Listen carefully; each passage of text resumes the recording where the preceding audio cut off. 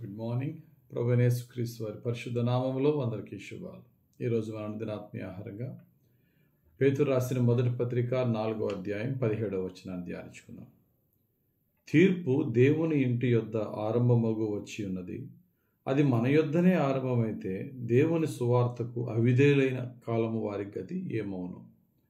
ఇక్కడ రెండు రకాలైన ప్రజల గురించి పేతురు భక్తుడు మాట్లాడుతున్నారు. ఒకరు దేవునికి లోబడి ఆయన భక్తులుగా జీవించేవారు. రెండు, దేవునికి లోబడకుండా ఆయన ఎదిరించినవారు. తీర్పు ఎవరికి ఉంటుంది అంటే మనం అనుకుంటాం దేవునికి లోబడకుండా అవిధేయులైన వారికే తీర్పు ఉంటుంది అనుకుంటాం. కానీ ఇక్కడ వాక్యం ఏం చెప్తుందంటే ఎవరు దేవునికి లోబడి దేవుని సంఘముగా పిలువబడుతున్న వారి యొద్ద నుండే తీర్పు స్టార్ట్ అవుతుందట. అంటే దేవునికి లోబడి దేవుని యందు విశ్వాసం ఉంచి బాప్తిసం పొంది రక్షింపబడిన వాళ్ళకి ఇక తీర్పు ఉండదా అంటే వాళ్ళ దగ్గర నుంచే తీర్పు స్టార్ట్ అవుతుంది అని ఇక్కడ పేతురు భక్తుడు అంటున్నారు.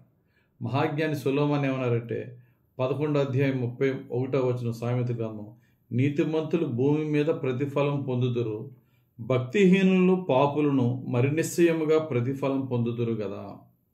అంటే నీతిమంతులకు వారి చేసిన క్రియలను బట్టి తగ్గ ప్రతిఫలం వచ్చినప్పుడు అది మంచే కానీ చెడే కానీ, నీతిమంతులు దేవుని నమ్ముకున్న బిడలమైన మనము అన్నీ నీతిగా అన్నీ యథార్థంగానే చేయం. కొన్ని సార్లు మనము కూడా దేవునికి విరోధకరమైనటువంటి మార్గాల్లో తొట్టుపడుతూ ఉంటాం. కాబట్టి మనం చేసే మంచి క్రియే కానీ చెడు క్రియే కానీ దానికి దేవుడు తీర్పు తీరుస్తాడు అనే సత్యాన్ని గమనించాలి.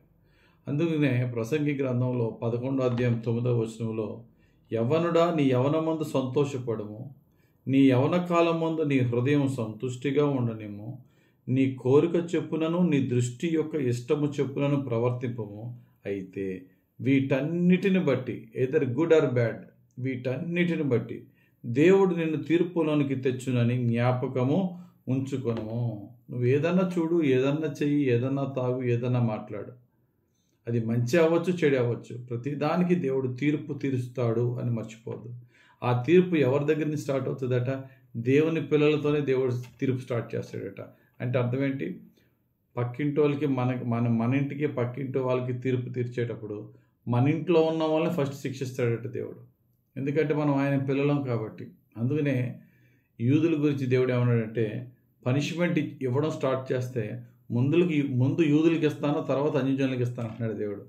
చూడండి ఆ మాట రోమీయులకు రాసిన పత్రిక 2వ అధ్యాయం 9వ వచనంలో, దుష్కార్యము చేయు ప్రతి మనుష్యుని ఆత్మకు మొదట యూదునికి గ్రీసు దేశస్థునికి కూడా శ్రమయు వేదనయు కలుగును. మొదట యూదునికి, తర్వాత గ్రీసు దేశస్థుడు అంటే అన్యజనులు అందరం కూడా.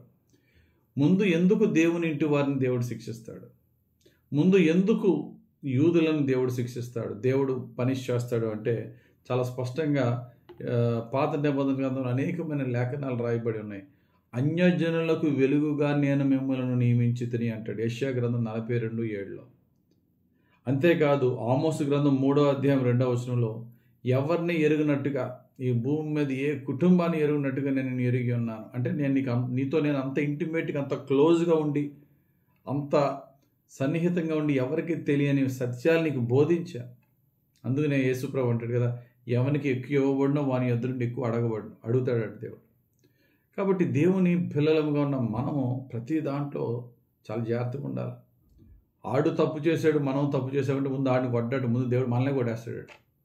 ఎందుకంటే వాడికి ఈ లోకం తెలుసు, నీకు ఈ లోకంతో పాటు నేను తెలుసు, నా సత్యం తెలుసు, నా వాక్యం తెలుసు, నా నీతి తెలుసు, నా యథార్థత తెలుసు.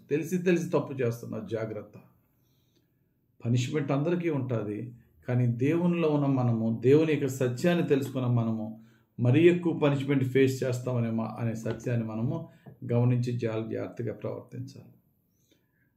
మరి దుష్టుడు ఎలా యోచించాలంటే, అరే నీతిమంతుడినే దేవుడు కొడుతున్నాడే, ఇంకా నా పరిస్థితి ఏంటి, ఇంకా నన్ను ఇంకా ఎలా దేవుడు శిక్షిస్తాడని ఈ దుష్టుడు, ఈ యొక్క అవినీతి పరుడు మేలుకోవాలి. అదే అంటాడు సామెతల గ్రంథం 11:31 మనం చదువుకున్నాం.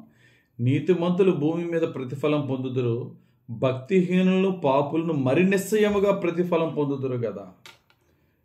నీతిమంతులు వారి యొక్క చేసే నీతిని బట్టి, వారి యొక్క తప్పును బట్టి ప్రతిఫలం దేవుడు ఇస్తాడు. మంచి చేసిన వానికి మంచి ఫలము, చెడు చేసిన వానికి దానికి తగ్గ శిక్ష.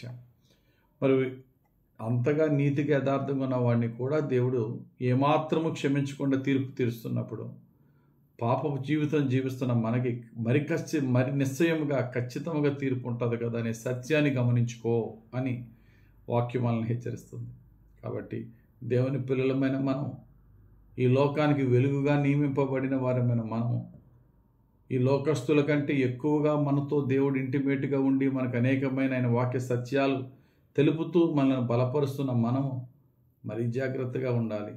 మొట్టమొదటి శిక్ష మనకే వస్తుందనే సత్యాన్ని గమనించి భయముతో భక్తితో మనం జీవిద్దాం. ప్రతి బలహీనతను ప్రభు పాదాలకు అప్పగించుకుందాం. ఆయన వాగ్దానం చేసిన పరిశుద్ధాత్మ సహాయాన్ని పొందుకుని పరిశుద్ధంగా బ్రతుకుదాం. ఈ లోకానికి తీర్పు తీర్చినప్పుడు ఈ లోకానికి క్రీస్తు సాక్షులుగా మనం జీవిద్దాం. ఏ విధంగా లోతు సొదొమ గొమొర్రాలో ఒక నీతికి సాక్షిగా నిలబడ్డాడు, ఈ రోజున ప్రపంచం ఎలా ఉన్నప్పటికీ కూడా క్రీస్తుకు సాక్షిగా మనం బ్రతకటానికి పరిశుద్ధాత్ముడు మనకు సహాయం చేసి మనల్ని నడిపించునుగాక. ఆమేన్. పరిశుద్ధుడా, ప్రేమ కలిగిన తండ్రి, ఈరోజు మీరు ఇచ్చిన వాక్యం బట్టి మీకు స్తోత్రాలు చెల్లించుకోవచ్చు.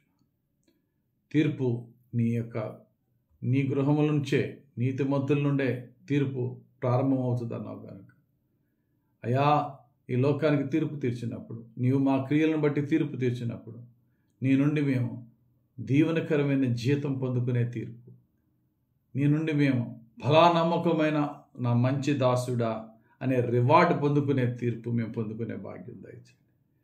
అయ్యా, నీ శిక్ష అనే తీర్పు నుండి మమ్మల్ని తప్పించండి తండ్రి. ఆ విధంగా తప్పింపబడుటకు ప్రతిరోజు మా యొక్క డైలీ లైఫ్లో నీ యొక్క భయంతో, నీ భక్తితో, నీ పరిశుద్ధాత్మ సహాయంతో, నీ కృపతో పరిశుద్ధంగా బ్రతికే నీ కృప, నీ రక్షణ, నీ నీతి మాకు దయచేయమని, నీ కృపతో మమ్మల్ని రక్షించమని యేసుక్రీస్తు వారి పరిశుద్ధ నామములో ప్రార్థించి వేడుకొంచున్నాం మా పరమ తండ్రి. ఆమేన్. మన తండ్రి అయిన యెహోవా దేవుని ప్రేమ, రక్షకుడైన యేసుక్రీస్తు ప్రభు యొక్క కృప ఆదరించి పరిశుద్ధాత్మ దేవుని అభిషేకం మనకి సహాయం చేసి మనలను యేసయ్య నీతిలో నడిపించి దీవించును గాక. ఆమేన్. God bless you. Have a very blessed day.